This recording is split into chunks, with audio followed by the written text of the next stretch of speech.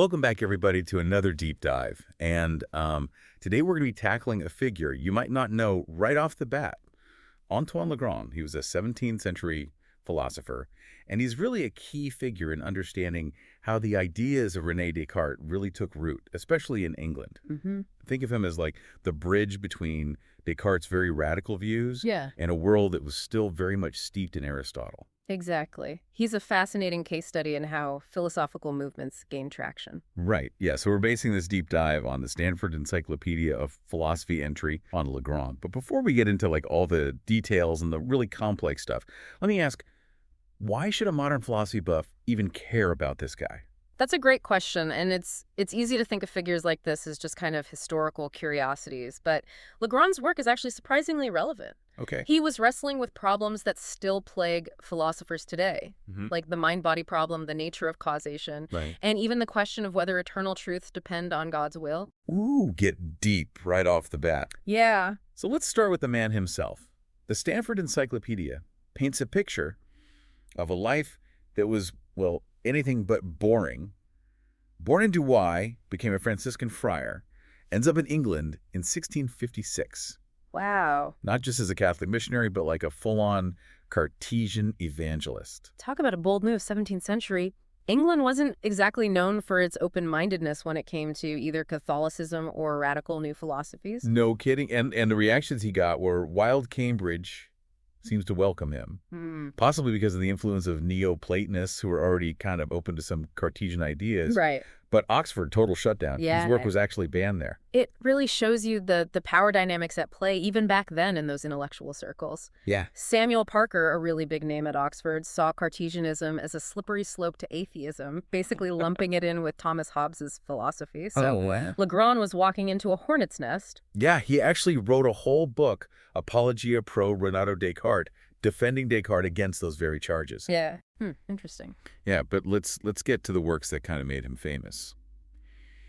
His Institutio Philosophiae, published in 1672, became required reading at Cambridge. Imagine that your philosophy textbook being the book at one of the most prestigious universities. I know. It really says a lot about how influential Legrand became, at least in certain circles. Yeah. And then there's an entire body of philosophy.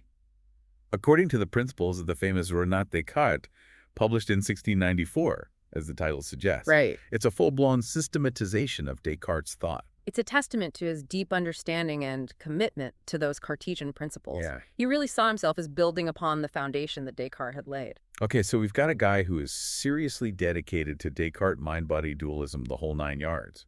But he doesn't just parrot the ideas. Right. The Stanford Encyclopedia points out that he develops them, especially when it comes to a very tricky concept. And that's the concept of motion.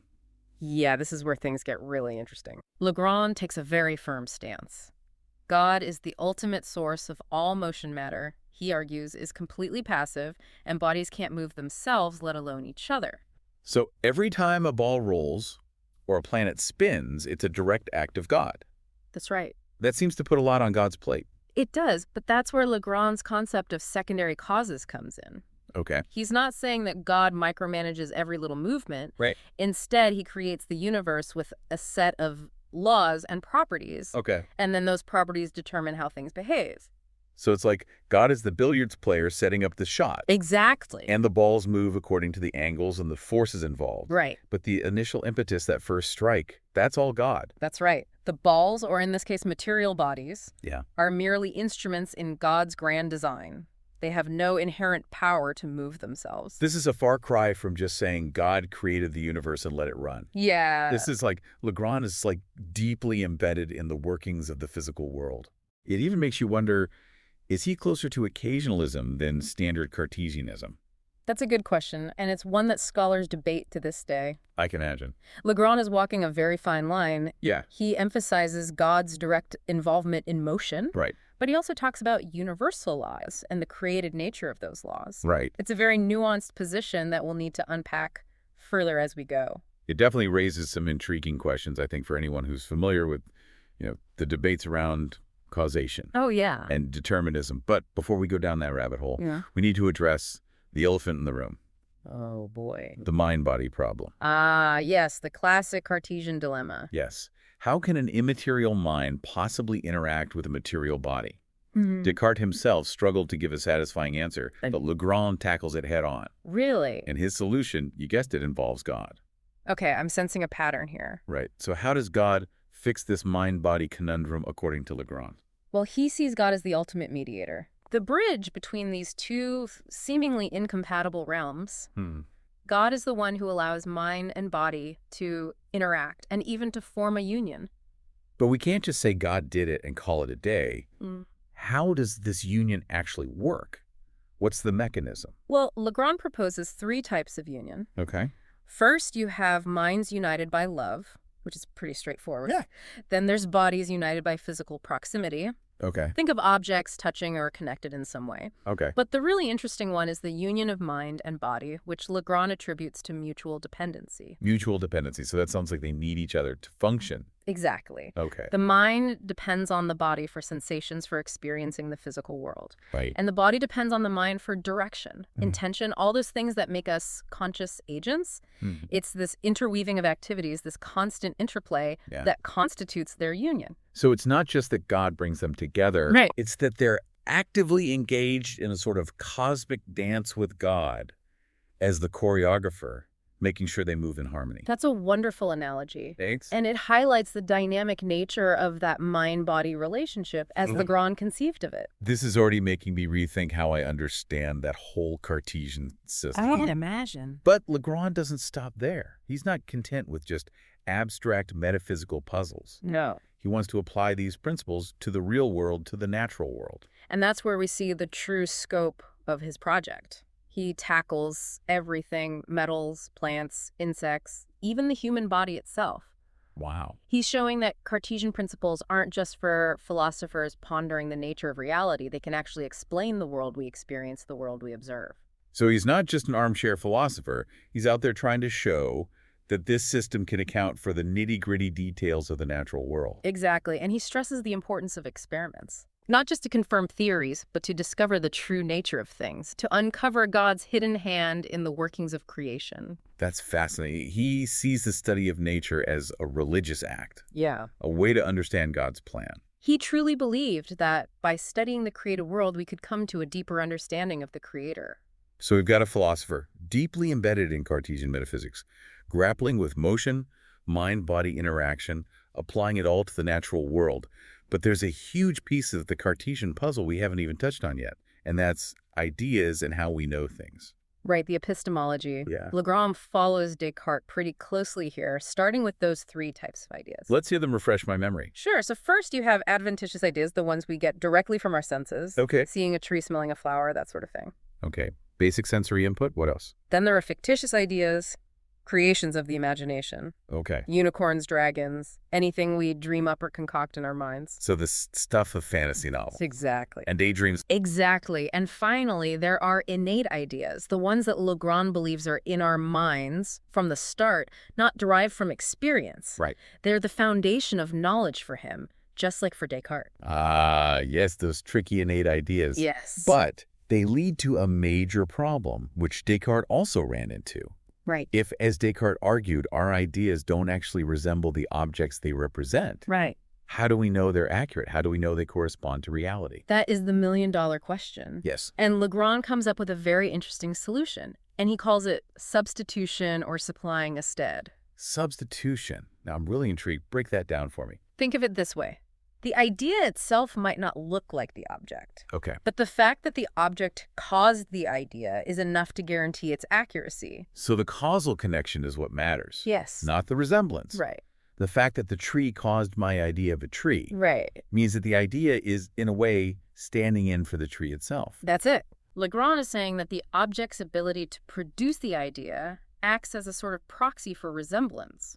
Okay, it's a clever way to preserve the idea that we can have true knowledge, Right. even if our ideas aren't literal copies of the world. Exactly. But I can't let us get away without addressing one of the most controversial parts of Legrand's thought. And that's the idea that eternal truths are actually created by God. Yes. The creation doctrine, even Descartes was a bit hesitant on this one. Yeah. But Legrand jumps in with both feet. He's not afraid of controversy, so what's his reasoning? How can something be both eternal and created? He uses the analogy of a king establishing laws. Okay. Just as a king's will determines the laws of his kingdom, Right. God's will determines the eternal truths that govern the universe. But that makes it sound like God could have just as easily chosen different truths. Wouldn't that make truth arbitrary? That's a very common objection. Yeah. And Legrand has a response. He says, yes, God could have chosen different truths, but once he made his choice, those truths became necessary. He distinguishes between antecedent and consequent necessity to make this work. Antecedent and consequent necessity, those sound like philosopher terms. They are. What's the difference? Antecedent necessity means something is necessary in itself, like a logical truth. Right. But consequent necessity means something becomes necessary because of something else. Okay, I see where he's going with this. So in Legrand's view, eternal truths have consequent necessity. That's right. They're necessary because God willed them to be so. Exactly. It's like God saying, in this universe, the angles of a triangle will always add up to 180 degrees. Right. That's the rule I'm setting. Yeah. And once he sets that rule, it becomes a necessary truth within his creation. It's a mind-bending idea, for Mhm. sure. But if God is the source of all truth, what role is left for human reason? Are we just passively receiving knowledge from God? Now, that's the question that takes us to the heart of Legrand's epistemology, and it's something we'll explore in more depth in the next part of our deep dive. I can't wait. This is already making me rethink some fundamental assumptions about the relationship between faith, reason, and the nature of reality. Welcome back to our deep dive into the world of Antoine Legrand. Before the break, we were wrestling with a big question. If God is the source of all truth, does that leave any room for human reason? Right. Does Legrand think we're just empty vessels waiting to be filled with, like, divine knowledge? Or do we have an active role to play in discovering truth? Well, it's not as simple as saying we either have reason or we don't. Legrand actually sees reason as incredibly important, a Yeah. faculty that's given to us by God for a specific purpose. Okay. I'm intrigued, but I'm also sensing a but coming. There is a but. Legrand might champion reason, but he also recognizes its limits.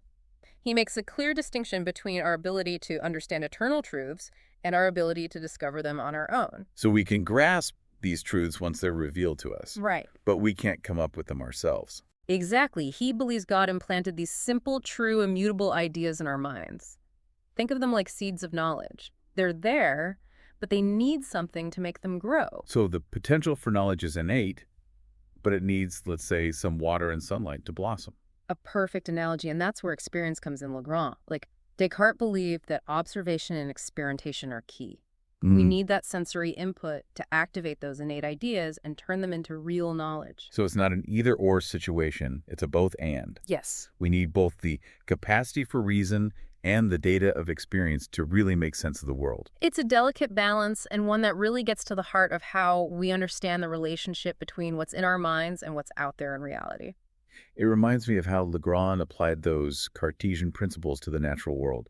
He wasn't content just thinking about innate ideas.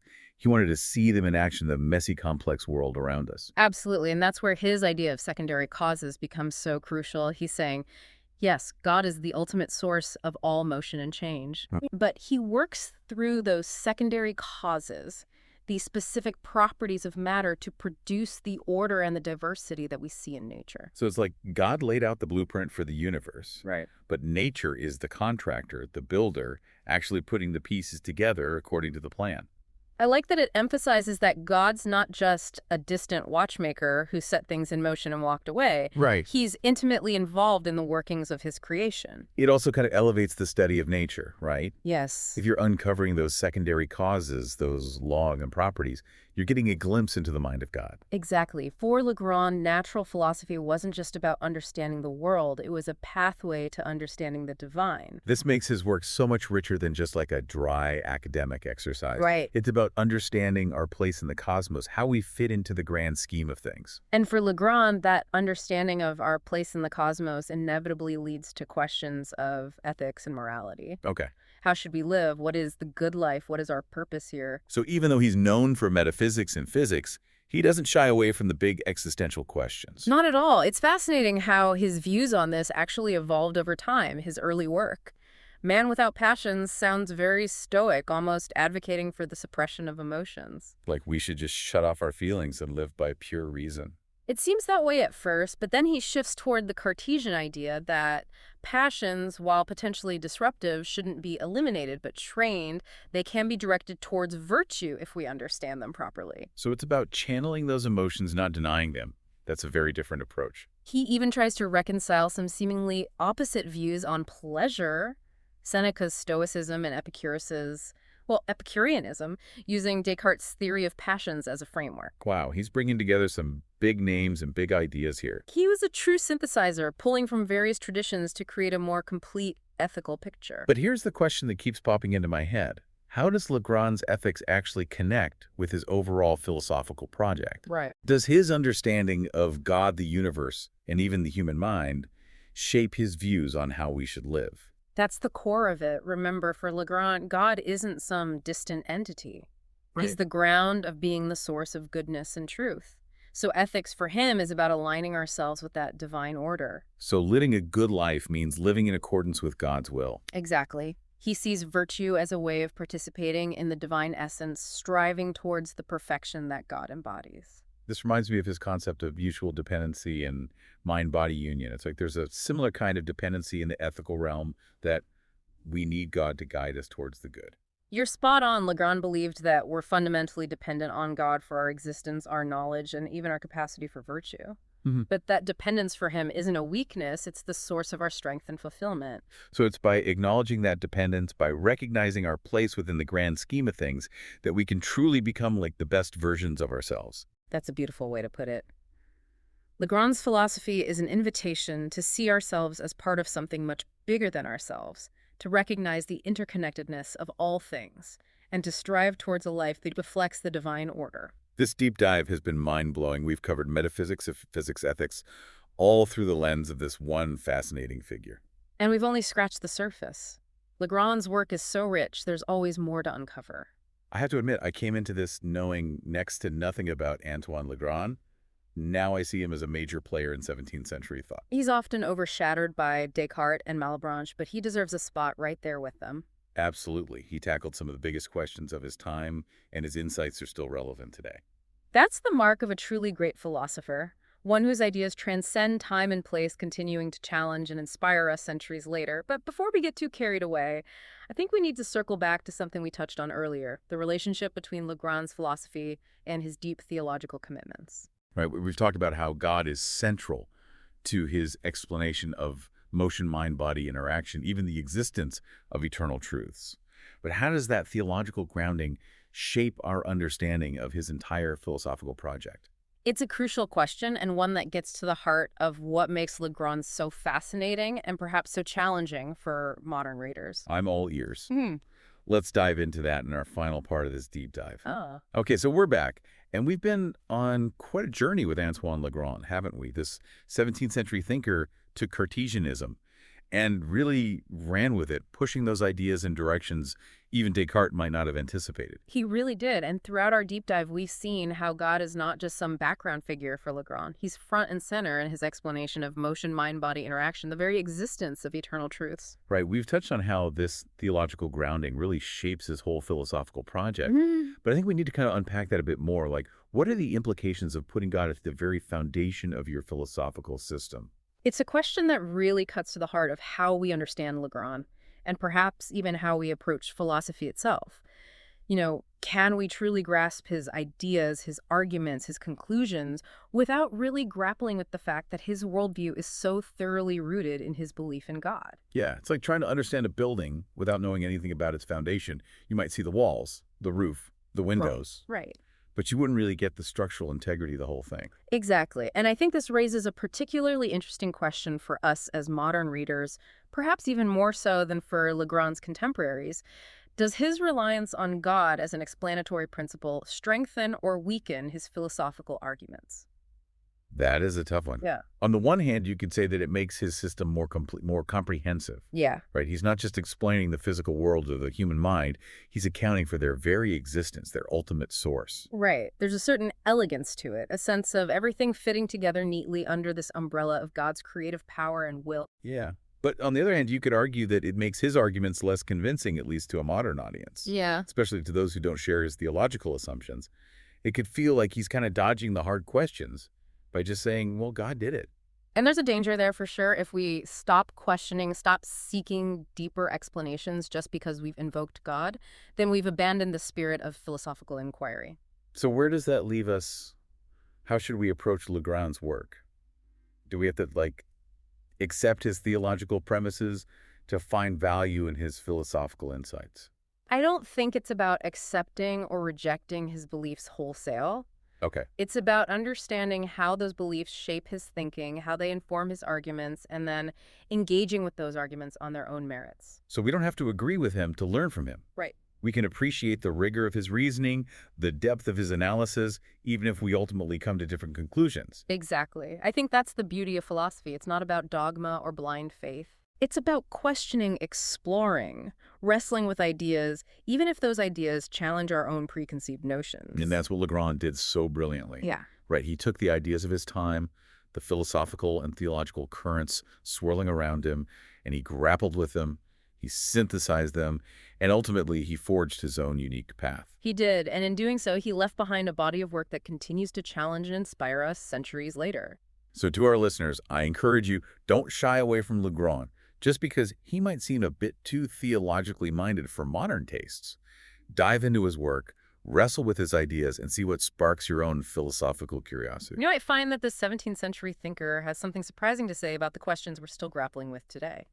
Thanks for joining us on this deep dive into the fascinating world of Antoine Legrand. Until next time, keep those philosophical gears turning.